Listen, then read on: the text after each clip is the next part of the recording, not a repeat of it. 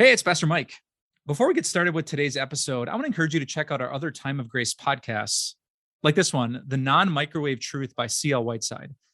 CL just has an amazing way to bring fresh perspective to some of my favorite passages from the Bible. You can search for The Non-Microwaved Truth wherever you listen to your favorite podcasts. And now on to today's episode.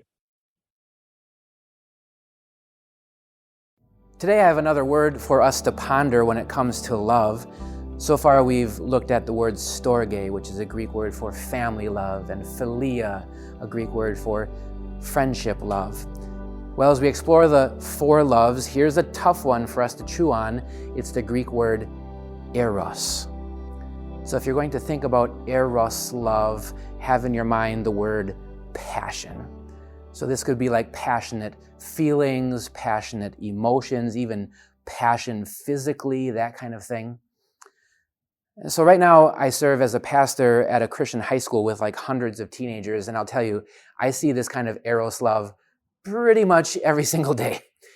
And so think of like the young high school couple dancing at homecoming together, and their hearts are racing and their palms are sweaty. That's eros love. Or the young couple walking down the hallway, just swinging their hands back and forth, and I can't believe I won't see you for 2 class periods. I'll just miss you until lunchtime. Yeah, that's definitely eros love.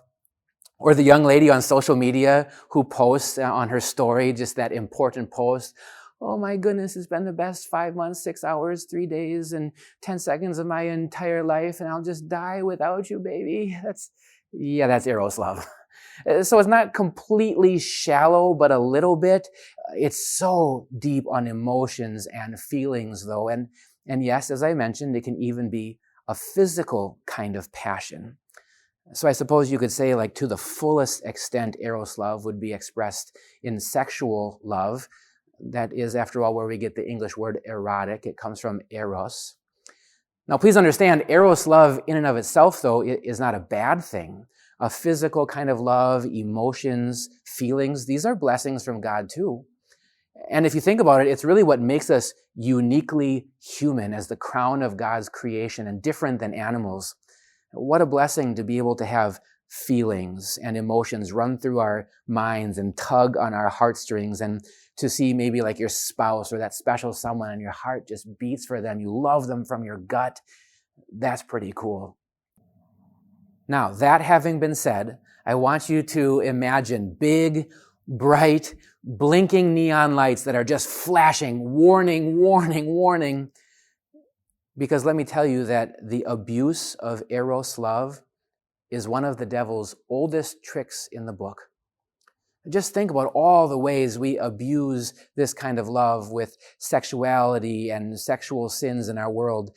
Think about any song you might listen to on the radio, in the pop charts, or on your streaming service, or even relationships in TV and in movies. Almost all of this is based on an eros kind of love only. Even think about the way we talk about like falling in love, or as the teens would say, catching love, catching feelings for someone. Or how about the phrase making love with someone? Almost all of this is based on feelings and emotion and passion and physicality only. In fact, I might even go so far as to say publicly right here on this video that, in my opinion, is one of the biggest root fundamental problems in our culture is the abuse of eros love. How many relationships have been shattered? Marriages, friendships, and any other kind because of a focus wrongly on eros love and passion. And so what we need to do is we need to ground ourselves again. We need to go back to our God who is love and think about the selfless kind of love that he shows to us. And we need to think about how personally God knows us in a very intimate way, in that he knows everything about us. He sees everything we do, and yet he still loves us so, so deeply. And so if we're going to think about showing eros love, it's that kind of love that needs to be, again, the foundation or the building block. Now, if you want a concrete example of this, I'll just point you in a direction real quick in the Bible.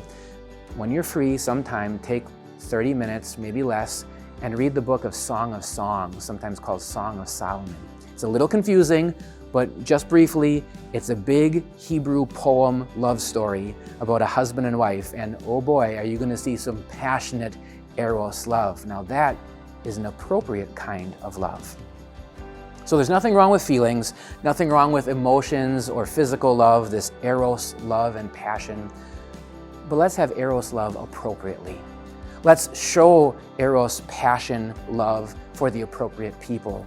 And most of all, let's have God's amazing love drive all our passion for all people as we remember how God is love and has loved us first.